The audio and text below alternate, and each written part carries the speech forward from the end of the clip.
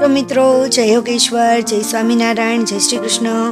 હું છું શિલ્પાસ કિચન રેસિપીસમાં તમારું સ્વાગત કરું છું. લીલી ડુંગળીનું શાક તો તમે અનેકવાર ખાધું હશે, પરંતુ આજના એપિસોડમાં આપણે એક નવા જ અંદાજમાં લીલી ડુંગળી બનાવવાના છીએ. અને આ રીત તમે જોઈ લીધી ને તો બીજી બધી જ રીત તમે ભૂલી જશો. એટલું જ નહીં, હોટેલ કે રેસ્ટોરન્ટની ડુંગળી પણ તમને ફીકી લાગશે. અને મિત્રો, આજની આ રેસીપી એટલી ટેસ્ટી બનવાની છે ને કે તમે ક્યારેય આવી રીત જોઈ પણ નહીં હોય કે તમે બનાવી પણ નહીં હોય. તો મિત્રો, તમે કયા ગામથી કે સિટીમાંથી વિડીયો જુઓ છો ને એ મને કમેન્ટમાં કહેજો, જેથી મને ખ્યાલ આવે કે મારા વ્યુઅર્સને કેવા પ્રકારની વાનગી વધુ પસંદ આવતી હશે તો હું એવા વિડીયો મૂકી શકું. તો મિત્રો, આપણે બનાવવાનું શરૂ કરીએ એ પહેલાં મારે તમને એક વાત કરવાની છે કે જો તમે ચેનલને સબસ્ક્રાઈબ ન કર્યું હોય ને તો સબસ્ક્રાઈબ કરી લેજો, કેમ કે હું આવા જ નવા વિડીયો લાવતી રહું છું. અને બાજુમાં જે બેલ આવે ને એને પણ ઓન કરી દેજો, જેથી નવા વિડીયોની નોટિફિકેશન તમને તરત આવે અને નવો વિડીયો તમે તરત જોઈ શકો. અને એ વિડીયો કેવો લાગ્યો એ મને કમેન્ટમાં જણાવજો. વિડીયો તમને થોડો પણ ઉપયોગી બને ને તો બીજા સાથે પણ શેર કરજો, જેથી એમને પણ ઉપયોગી બની શકે. તો ચાલો બનાવવાનું શરૂ કરીએ.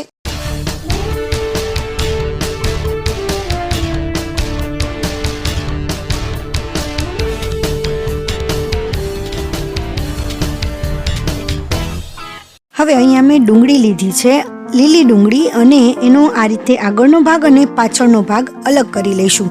તો પાછળનો પાર્ટ છે ને એને આપણે પહેલાં સુધારી લઈશું, જે પાનવાળો પાર્ટ છે, અને આગળના ભાગને આપણે અત્યારે એક સાઈડમાં રાખી દઈશું. તો આ રીતે મેં વેજ કટર લીધું છે, અને વેજ કટરથી આ રીતે ડુંગળી છે એ ફટાફટ સમારાઈ જાય છે અને એક જ સરખા પાર્ટ થાય છે.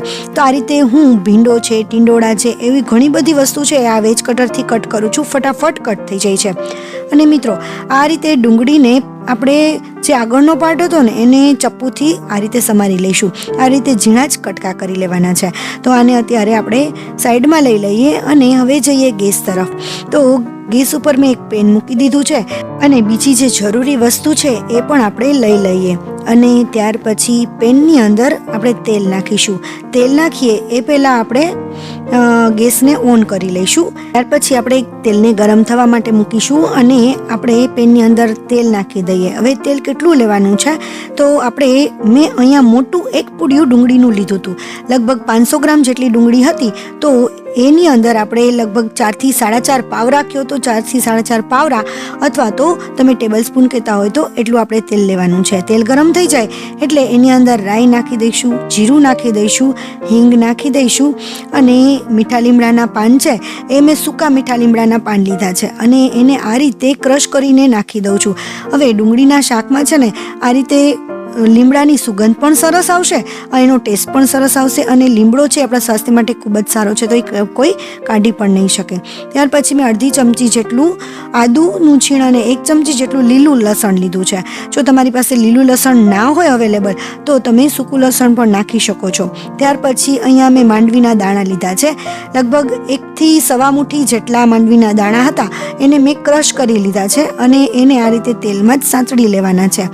તેલમાં સાંતળી લઈશું. હવે ગોલ્ડન કલર જેવા થાય ત્યાં સુધી આપણે એને સાંતળવાના છે. ગોલ્ડન કલરના થઈ જાય ત્યાર પછી એની અંદર અહીંયા મેં 2 ટમેટા, નાની સાઈઝના 2 ટમેટા લીધા હતા, અને એ કટ કરી અને એની અંદર નાખી દઈશું. હવે એ ટમેટાને આપણે થોડા એવા સોફ્ટ થવા દઈશું, તેલમાં જ થોડા પકવીશું.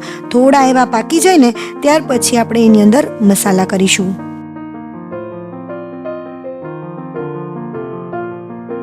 હવે આપણે પ્રમાણસર હળદર નાખી દઈશું અને પ્રમાણસર મીઠું નાખી દઈશું. અહીંયા મીઠું આપણે ટમેટા, સિંગદાણા અને ડુંગળીના ભાગનું પણ નાખી દઈશું.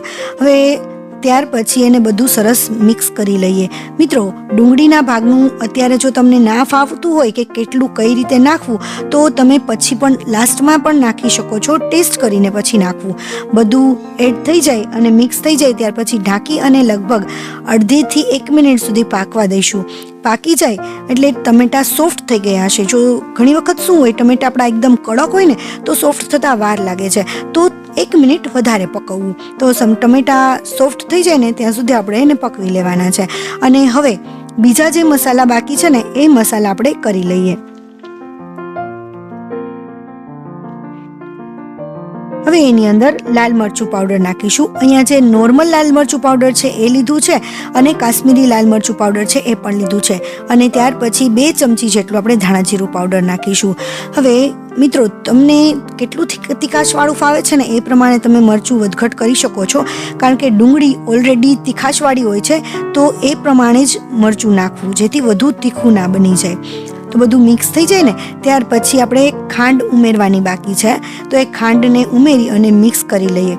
અને ત્યાર પછી આપણે જે ડુંગળી સુધારેલી હતી ને એ નાખીશું. પણ બધી જ ડુંગળી આપણે એકી સાથે નહીં નાખીએ, કારણ કે એકી સાથે નાખશું ને તો બધો મસાલો એકદમ સરસ રીતે મિક્સ કરવામાં એટલું મજા નહીં આવે. એટલા માટે ડુંગળીને અડધી અડધી કરીને નાખીશું. અને આ રીતે બધા જ મસાલા અડધી ડુંગળીમાં મિક્સ કરીશું ને તો બીજી જે ડુંગળી છે ને એમાં મિક્સ થતાં બહુ વાર નહીં લાગે અને એકદમ સરસ રીતે પ્રોપર મિક્સ થઈ જશે.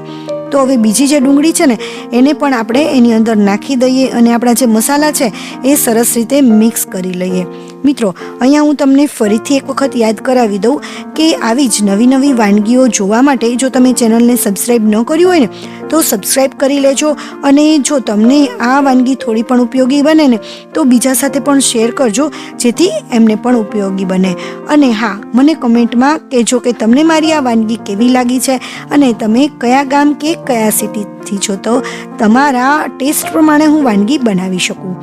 તો મિત્રો, હવે ત્યાર પછી આપણે એને ઢાંકી અને ડુંગળીને ફરીથી પાકવા દઈશું. ડુંગળી આપણી પાકી ગઈ છે કે નહીં એ ચેક કરી લઈએ. અહીંયા લગભગ 5 મિનિટ સુધી મેં એને પાકવા દીધી છે અને વચ્ચે જરૂર લાગે તો એકાદ વખત હલાવી લેવું અને મીડિયમ ટુ સ્લો ગેસ ઉપર જ પાકવા દેવું. બહુ વધારે ફૂલ ગેસે એને નહીં પાકવા દેવાનું, નહીંતર આપણે જે દાણા નાખ્યા છે ને એ દાણા નીચે જે ચોટી જશે અને આપણી ડુંગળીનો ટેસ્ટ ખરાબ થઈ જશે. મિત્રો, અમે તો અહીંયા માંડવીના દાણા કહીએ છીએ અને ઘણા લોકો શિંગદાણા પણ કહેતા હોય છે. તમે શું કહો છો ને એ તમે મને કમેન્ટમાં જણાવજો. હવે ત્યાર પછી અહીંયા મોળું દહીં લીધું છે, લગભગ 5 ચમચી જેટલું મોળું દહીં આપણે એની અંદર નાખી દઈશું. જો ખાટું દહીં હોય તો થોડું ઓછું નાખવાનું. અને ત્યાર પછી અહીંયા સેવ લીધી છે, 1 મુઠ્ઠી જેટલી સેવ લીધી હતી અને એને આ રીતે અધકચરી ક્રશ કરી લીધી છે. ખાંડણીની અંદર ક્રશ કરી છે, એટલે આ રીતે અધકચરી સરસ ક્રશ થઈ ગઈ છે. અને મિક્સરમાં કરો તો પણ ચાલે, પણ આ રીતે અધકચરી ક્રશ કરવાની છે. હવે એ બધું આપણે સરસ મિક્સ કરી લઈશું.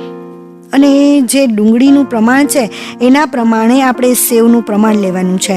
હવે અહીંયા મેં 500 ગ્રામ જેટલી ડુંગળી લીધી છે, ત્યારે હું 1 મુઠ્ઠી જેટલી જ સેવ નાખું છું. જો તમારું ડુંગળી ઓછી હોય ને તો સેવનું પ્રમાણ પણ ઓછું લેવું. હવે ત્યાર પછી બધું સરસ મિક્સ થઈ ગયું ને, હવે 1 નહીં પણ અડધા કપ જેટલું જ આપણે એની અંદર પાણી ઉમેરીશું. અને પાણીને આપણે બધું સરસ રીતે મિક્સ નથી કરવાનું, કારણ કે આપણે જે સેવ નાખી છે ને એ એકદમ વધારે પડતી મિક્સ થઈ અને એ ચીકાશ પકડી લે છે, તો આપણી જેવી ડુંગળી બનાવી છે એવી ડુંગળી નહીં બને. એટલા માટે બહુ વધારે મિક્સ નહીં કરવાનું, હલાવવાનું નહીં. આવી રીતે હળવા હાથે હલાવી અને એને ફરીથી ઢાંકી અને આપણે પાકવા દેવાનું છે. હવે બહુ વધારે વાર પકાવવાની જરૂર નથી. હવે લગભગ 2 મિનિટ જેટલું પકાવશો ને ત્યાં સરસ પાકી જશે. હવે આપણું જો તેલ પણ એકદમ સરસ છૂટી ગયું છે અને આ હા, કેટલી સરસ સુગંધ આવે છે. અહીંયા અત્યારે જ મને ખાવાનું મન થાય છે. અને આ તમે રોટલા સાથે તો ખૂબ જ સરસ લાગે છે. પરાઠા સાથે પણ ખાઈ શકો છો. અને આને તમે શેની સાથે ખાશો ને એ તમે મને કમેન્ટમાં કહેજો. હવે આની અંદર એક કોથમરી છે, તો એ કોથમરી તો બધાની અંદર ટેસ્ટી લાગે છે.